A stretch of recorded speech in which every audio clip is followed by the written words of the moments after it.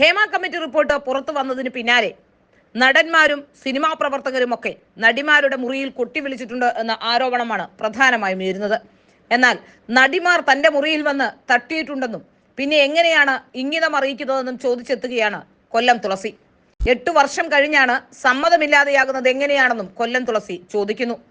നടന്മാർക്കെതിരെ ലൈംഗികാതിക്രമ പരാതി നൽകിയ നടിമാർക്കെതിരെ രൂക്ഷമായി പ്രതികരിച്ച് രംഗത്ത് വരികയാണ് നടൻ കൊല്ലം തുളസി. കിടപ്പറയിലേക്ക് പുരുഷന്മാർ സ്ത്രീകളെ വിളിക്കുന്നതിൽ എന്താണ് തെറ്റെന്നാണ് യൂട്യൂബ് ചാനലിൽ നൽകിയ അഭിമുഖത്തിൽ കൊല്ലം തുളസി ചോദിക്കുന്നത്. തനിക്കെതിരെ ഒരു നടിയും ആരോപണമായി എത്തില്ല എന്നും കൊല്ലം തുളസി വ്യക്തമാക്കുന്നുണ്ട്. സമ്മതമില്ലെങ്കിൽ അപ്പോൾ തന്നെ പ്രതികരിക്കണം, ചെവിക്കുറ്റി കടിക്കണം. 8 വർഷം കഴിഞ്ഞ് സമ്മതമില്ലാതെയാകുന്നത് എങ്ങനെയാണ് എന്നാണ് കൊല്ലം തുളസി ചോദിക്കുന്നത്. കിടപ്പറയിലേക്ക് പുരുഷന്മാർ സ്ത്രീകളെ വിളിക്കുന്നതിൽ എന്താണ് തെറ്റ്? പശുവിനെയോ എരുമയോ വിളിക്കാൻ പറ്റില്ലല്ലോ. പുരുഷന്മാർക്ക് കിടപ്പറ പങ്കിടണമെങ്കിൽ സ്ത്രീകളെ വിളിക്കണം, സ്ത്രീകൾക്ക് കിടപ്പറ പങ്കിടണമെങ്കിൽ പുരുഷന്മാരെ വിളിക്കണം. സ്ത്രീയെ ജനിപ്പിച്ചത് എന്തിനാണ്? ആദം ഹവ്വ ചരിത്രം എടുത്തു നോക്ക്. പുരുഷന്റെ സുഖജീവിതത്തിനും എല്ലാ സൗകര്യങ്ങൾക്കും വേണ്ടി സഹായിക്കാനും സഹകരിച്ച് ജീവിതം മുന്നോട്ട് കൊണ്ടുപോകാനും വേണ്ടിയാണ് വാരിയലിൽ നിന്നും അസ്ഥി എടുത്ത് ഒരു സ്ത്രീയെ സൃഷ്ടിച്ചത്. സ്ത്രീ എന്ന് പറയുന്നത് പുരുഷന്റെ ഭാഗമാണ്. പുരുഷന്മാർക്ക് അപ്പുറം വന്നിട്ടുണ്ട് സ്ത്രീ, ഇല്ലെന്ന് ഞാൻ പറയില്ല. പക്ഷെ ഏതായാലും ഒരു പുരുഷന്റെ ഒരു അരയടി താഴെയായിരിക്കണം സ്ത്രീ. ഗർഭം ധരിക്കാനും പ്രസവിക്കാനുമുള്ള അവകാശവും അധികാരവും സ്ത്രീകൾക്ക് കിട്ടിയത് കൊണ്ട് കൂടാണ് കിടന്നാലേ അവസരം കിട്ടുമെന്നൊക്കെയുള്ള കാര്യങ്ങൾ നടക്കുന്നത്. നേരെ മറിച്ച് പുരുഷന്മാർക്കായിരുന്നുവെങ്കിലും ഇത് തന്നെ സംഭവിച്ചേനെ. പുരുഷന്മാർക്ക് ഒറ്റയ്ക്ക് നടക്കാൻ പറ്റുമായിരുന്നില്ല. പുരുഷന്മാരുടെ മുറിയിൽ സ്ത്രീകൾ പോയി മുട്ടിയേനെ. ഇതൊക്കെ സ്വാഭാവികമായ പരിണാമത്തിൻ്റെതാണ്. ചരിത്രം പഠിച്ചാൽ ഇതൊക്കെ എവിടെയെങ്കിലും ഒക്കെ കാണും. പരിശുദ്ധനായ ഒറ്റ ദൈവം പോലും നമുക്കില്ല, ബാക്കിയെല്ലാം നമ്മളെ വിശ്വസിപ്പിച്ചിരിക്കുന്നതാണ്.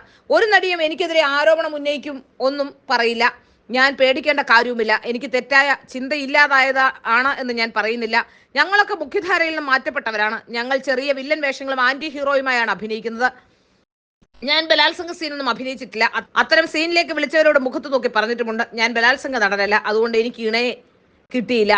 ഇപ്പോൾ അങ്ങനെയുള്ള സീനുകൾ കിട്ടിയിരുന്നുവെങ്കിലെന്ന് ആഗ്രഹമുണ്ട്, പക്ഷെ എനിക്ക് തരില്ല. അതുകൊണ്ട് ഞങ്ങൾക്ക് സ്ത്രീകളുമായി ബന്ധമില്ല. പിന്നെ എങ്ങനെയാണ് ഇങ്ങനെ ഞങ്ങൾ അറിയിക്കുന്നത്? ഇത് നായകന്മാരോടുള്ള ഇഷ്ടവും ഭ്രമവുമാണ്. സ്ത്രീകൾ അങ്ങോട്ട് ചെല്ലുകയാണ്. ആരോപണം ഉന്നയിച്ച നടിമാരുടെ വീട്ടിലേക്കോ മുറിയിലേക്കോ നടന്മാർ ചെന്നിട്ടില്ല. സിദ്ദിഖിന്റെ മുറിയിൽ ചെന്നതിന് വരെ രേഖകളുള്ളൂ, മറ്റൊന്നിനുമില്ല. അതിനാൽ പീഡിപ്പിക്കപ്പെട്ടു എന്ന് പറയുന്നത് തെറ്റല്ലേ? മറ്റൊരു കുടുംബം കലക്കുകയല്ലേ? ആത്മാഭിമാനമുള്ള സ്ത്രീ ഇങ്ങനെയൊന്നും കൊണ്ടുവരില്ല. സംഭവിച്ചിരിക്കാം, ഞാൻ ഒന്നും ന്യായീകരിക്കുന്നില്ല. തെറ്റ് തന്നെയാണ്. എന്റെ മുറിയിൽ നടിമാർ വന്ന് തട്ടിയിട്ടുണ്ടല്ലോ. അങ്ങനെ തട്ടുന്നത് മറ്റെന്തിനും ഏതിനും വേണ്ടിയാണെങ്കിലും തെളിവുണ്ടോ? എന്റെ കഥകൾ തട്ടിയത് എനിക്കറിയാവുന്ന ചെറുപ്പക്കാരിയായ നടിയാണ്. എനിക്കവരെ ഇഷ്ടമാണ്. വേറൊരു രീതിയിലുമല്ല. മാനസികമായി അടുപ്പം വരുമ്പോൾ രണ്ടുപേർ ശാരീരികമായി ബന്ധപ്പെട്ടു എന്ന് വരും. അത് അവരുടെ ആഗ്രഹമാണ്. മറ്റുള്ളവർക്കത് ചോദ്യം ചെയ്യേണ്ട കാര്യമില്ല. സിനിമാക്കാർക്ക് ഗ്ലാമറും പണവും ഉള്ളതുകൊണ്ടാണ് അവരെ ഇടിച്ചു താഴ്ത്താമെന്ന് കരുതി മറ്റുള്ളവർ ലക്ഷ്യപ്രാപ്തിക്ക് വേണ്ടി ചെയ്യുന്നത് ഇതല്ല.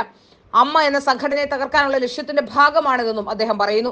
സമ്മതമില്ലെങ്കിൽ അപ്പോൾ തന്നെ പ്രതികരിക്കണം, ചെവിക്കുറ്റി കടിക്കണം. 8 വർഷം കഴിഞ്ഞ് സമ്മതമില്ലാതാകുന്ന എങ്ങനെയാണ്? ആരും അത്ര മോശക്കാരൊന്നുമല്ലല്ലോ എന്നാണ് കൊല്ലം തുളസി ചോദിക്കുന്നത്.